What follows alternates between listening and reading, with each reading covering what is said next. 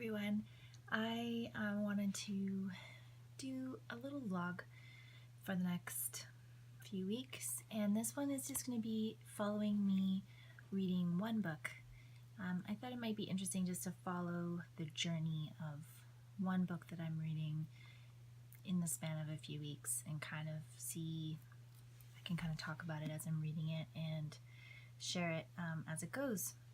So I'm going to be sharing Kintu by Jennifer Nansubuga Makumbi, which is a Ugandan novel, and it's a family saga. I have really just started, so I'm on chapter 5, page 32, and at first it was a little bit slow. I found it a little difficult to get into the first chapter, which is set kind of in present day 2000s, and then you jump back to, I believe it's 1750, and so this is an intergenerational story, and there's a lot of names that I was trying to wrap my brain around. So the name of Kintu's wives, the names of the rivers and streams, the names of the towns were thrown out quite a bit at the beginning of the story, and then we're kind of on this journey right now. Kintu is traveling to a meeting with the new head of the tribe of the clans, and so I am intrigued by the story. It has a really interesting rhythm that I am enjoying, and that is compelling me to pick it up and get deeper into the world that is being built. So far so good, and I will check in again about this book when I've read a little bit more.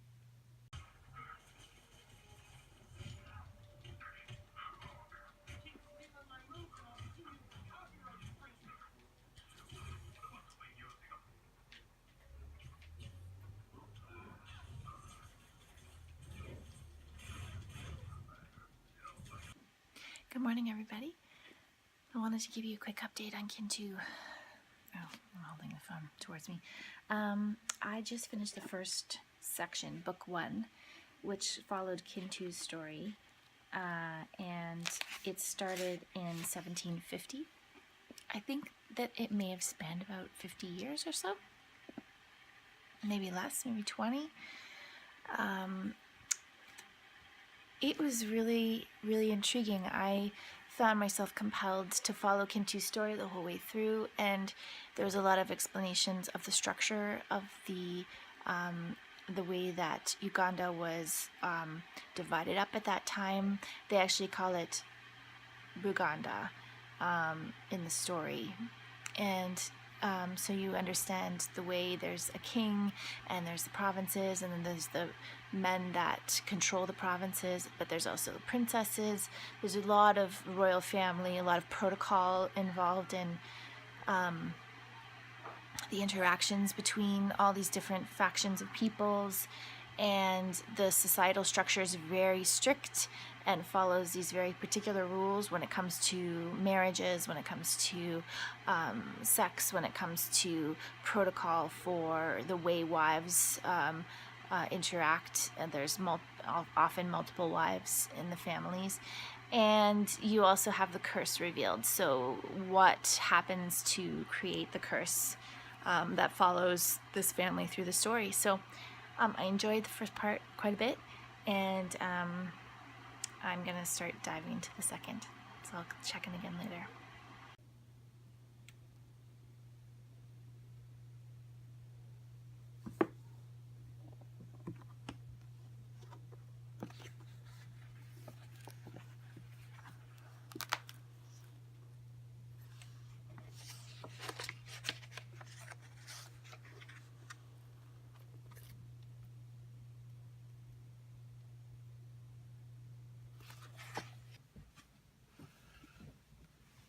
Good morning, everybody. I'm gonna just do a really brief check-in about Kintu. right now because the lighting today is so dark because we're basically having another snowstorm, which is crazy town. I'll insert a little clip of snow, but it's pretty similar to all the other clips of snow I've been putting in my vlogs this month. Okay, so I've finished the second section of Kintu. This one is set in present day, and it follows a female descendant of Kintu, and she has a really, really difficult life. She's basically abandoned as a little girl by her family, and she's dropped off with an aunt. And the book 2 is called Subi Nankintu, and Subi is the descendant that we follow in her story. So her story definitely covers like a poverty angle of a small village life in Uganda. She lives in kind of a squalor rental where it's kind of a home where people rent out the small little rooms, even the bathroom, to live in, and it tells the tale of her living with her aunt and going to school and not having enough to eat.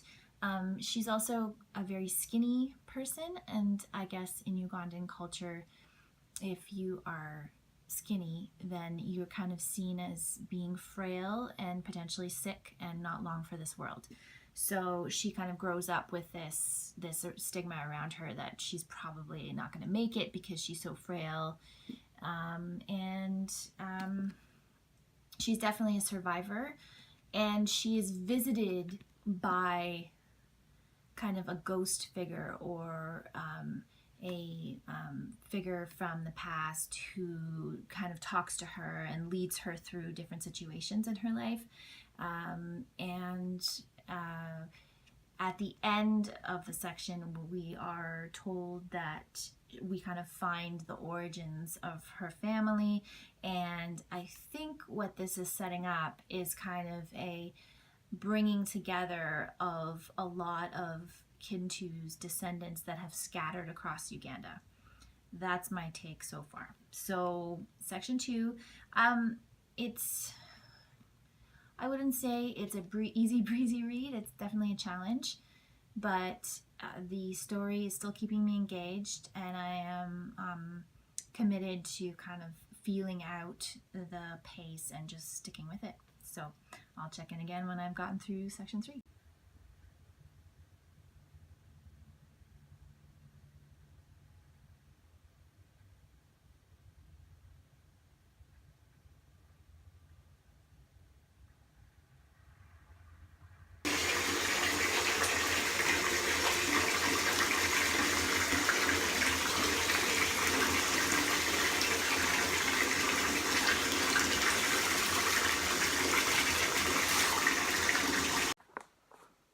Good morning.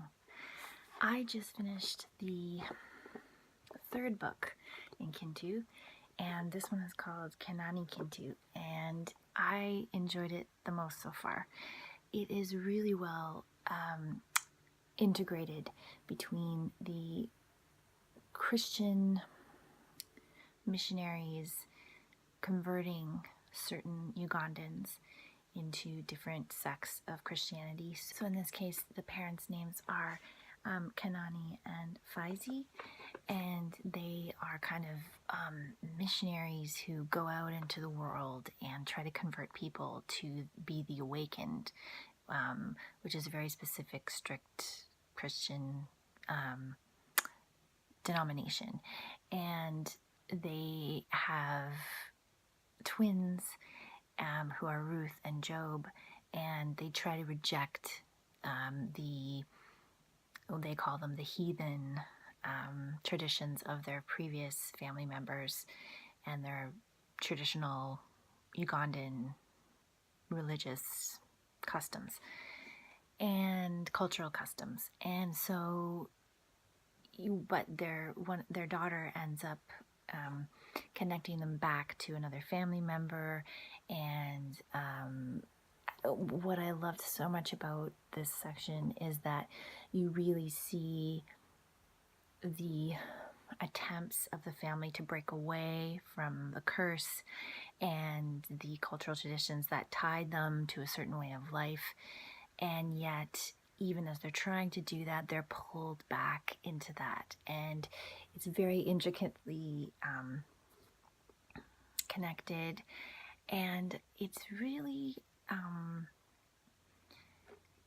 it's hard to explain in words, and I'm a bit of a loss, but there's kind of a magical coincidences that tie the family back in, even when they're trying to run away.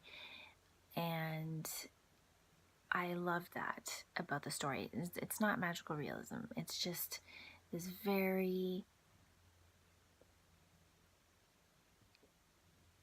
serendipitous kind of energy that runs through this section of the story that I found really endearing and wonderful. And it also really illustrates well the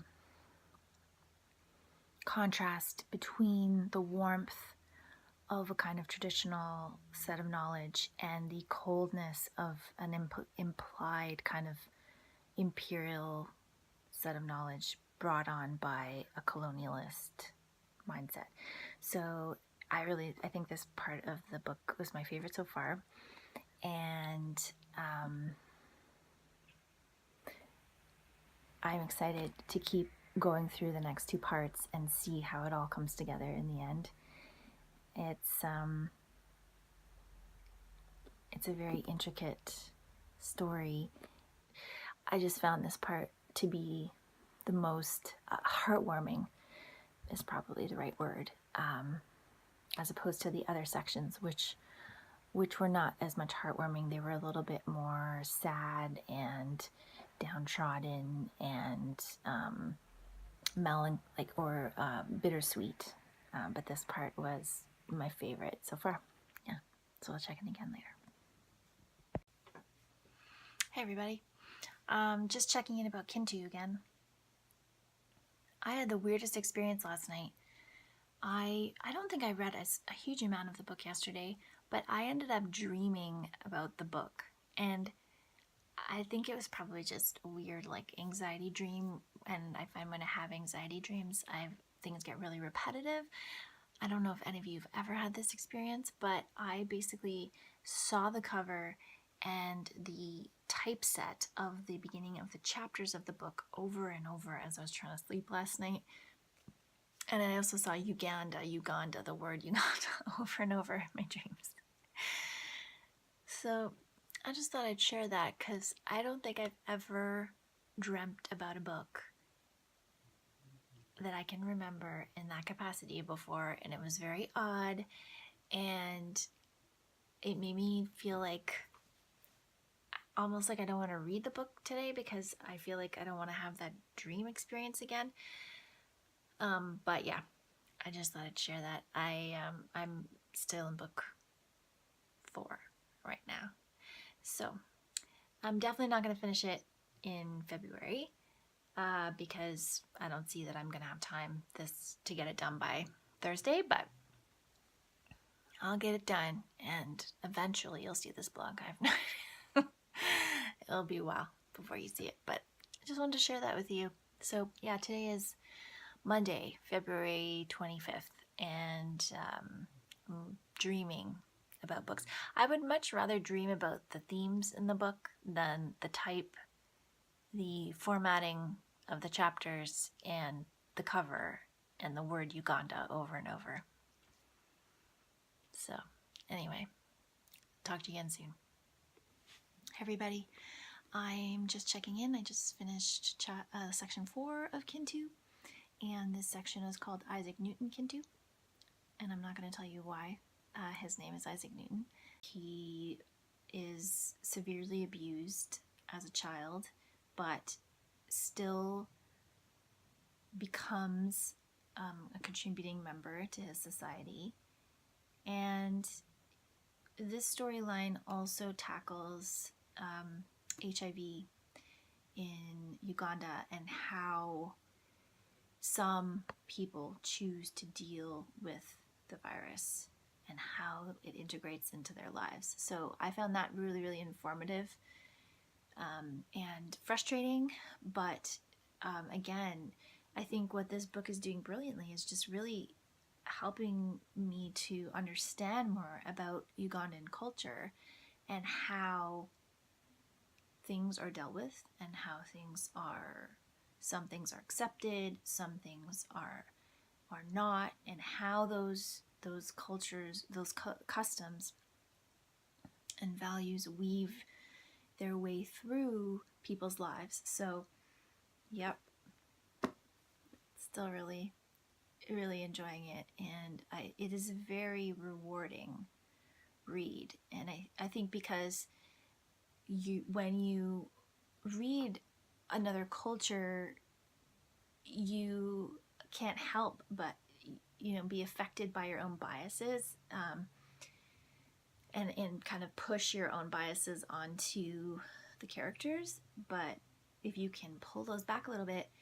and have patience with them and try to deconstruct your own preconceived ideas of what is right and what is wrong and how things are supposed to go, it really does, it really is a rewarding feeling and experience to feel like you have a bit of an insight into the way other people in another part of the world where you have never been and you may never go, the way they approach life and the way they approach living day to day. So I will check in again. I'm getting close to the end.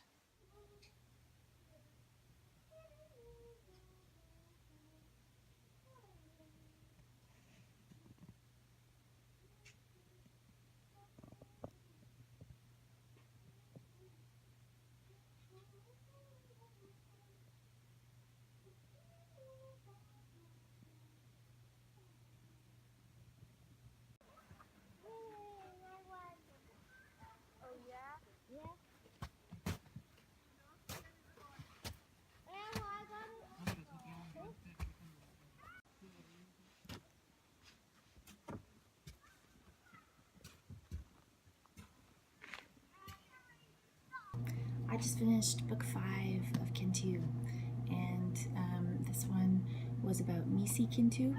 He has a longer name than that.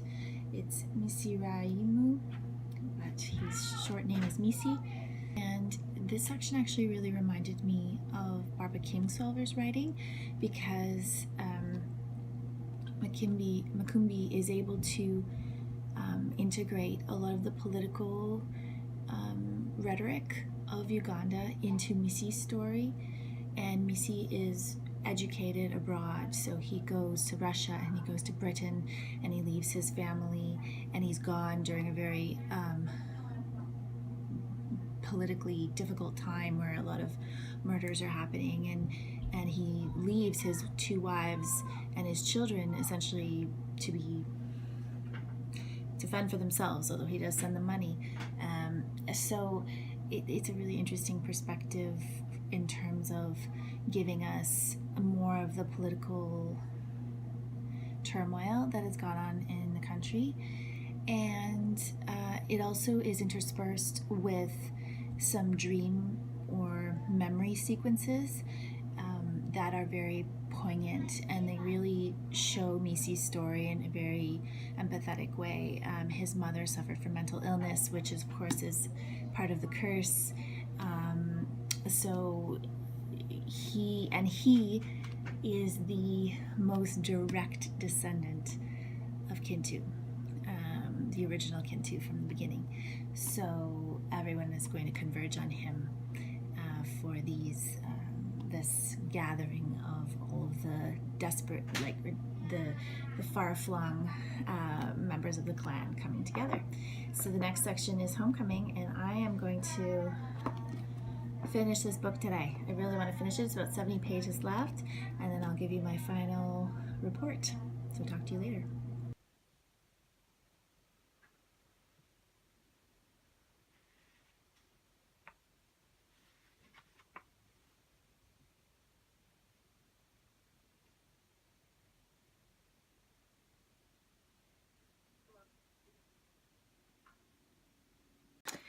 Well, I finished it. I finished Kintu. I now know is how you're supposed to pronounce this because I didn't read the introduction when I started the book, because sometimes introductions tell you too much about the plot, so I didn't read it. And so I've been saying Kintu this whole time, but it's actually pronounced Kintu. Oh well, I'll say it right now. Corrected my error. This was so good. I really, really enjoyed it. The ending was really thrilling in some ways and heartbreaking in other ways, because the characters that you've grown to really appreciate over the course of the book, some of them, end in sad ways, and some of them, heal and move beyond. I really appreciate the look into Ugandan culture that this book provides for someone who knows pretty much nothing about it. I think it really can offer you the layers of superstition and culture and tradition and colonialism, and how those things all have layered to create the country that Uganda is now, but also kind of more primal African sensibilities. So one of the things that I think people find confusing, and I myself find confusing too, is the way names change in the stories. So one character will have one name, but then when they encounter someone else from their family, they will be given another name, and those names stretch back to the first part of the story, because the sense of family and the sense of linkages through blood and ancestry are very, very strong, and so they tie you back to this original previous version of yourself, because it's kind of like with each generation these people are reborn and revisit the earth. So it's kind of, I don't think there's any reference to reincarnation really in the story specifically, but if you are familiar with that concept, I think that can be kind of applied here in terms of how the names are given out and passed on.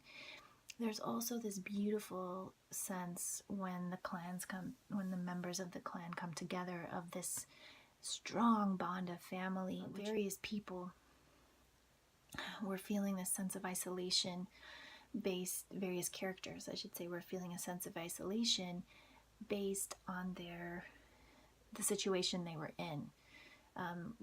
Whether they were born in circumstances that were not ideal, whether they were raised in abusive ways, and so those things are washed away because the family accepts people as they are and brings them into the fold, for lack of a better term. And I found that very beautiful, and all of the characters feel enriched by that and feel belonging that they've never felt before because of that. Well, I wouldn't say all of them, but a lot of them do. So that was really beautiful. And the other thing that I found really interesting was the themes around mental illness that are included in the story. So mental illness has a lot of different connotations in Ugandan culture based on superstition, based on ancestry and tradition, and so it doesn't necessarily fit with the way we really take mental illness today and put it in a little box and say, well, this person, they're not seeing spirits, they are schizophrenic or whatever. We label everything and give everything a title, and here there's more of a acceptance of the person, how they are. So they try to live with the mental illness and indulge that and indulge the person and say, okay, today he's saying this and we're just going to go with that, and then we're just going to keep him safe and keep those around them safe. And it actually harkens back to Vanessa and Her Sister by Priya Paramar, who when she was talking about Virginia Woolf's mental illness and how the whole family would understand Virginia's moods and understand her triggers and understand, you know, what to do in order to keep her safe in certain moments of her illness. And I mean, obviously that book is fiction, so I'm not sure if that's exactly how the family dealt with Virginia Woolf's illness, but it just, to me, it's a very warm way of dealing with a really difficult situation. The same way, I guess, you would deal with any illness or disease that someone is suffering from, where you adapt as a family and as a group of people who care for each other, and you deal with it. You deal with it together, and you let it keep you united as opposed to letting it divide you. And then there were kind of certain members of the clan that were able to hold that energy and to offer that, and they would hold it for each other, and they would lead each other and strengthen each other, regardless of whether or not the other members of the family appreciated it or accepted it or acknowledged it. They just knew that that was their role, and I thought that was really, really, it felt very human. It's a very human novel, and that's a very enriching thing. So even though it wasn't anything like I thought it would be, stick with it. You just get these beautiful characters who are working so hard to be best they can under the circumstances of their lives, and who end up finding each other when they didn't even really know they needed each other. And I thought it was excellent. So for most of the book, it was hitting on 4 stars for me, but the ending was, to me, just very strong. It was a very strong ending. So it ends on a 5-star because I really appreciated it. And I'm going to wrap up the vlog here. So thanks so much for watching. I enjoyed doing this kind of deep dive into a book, and I will talk to you again next time.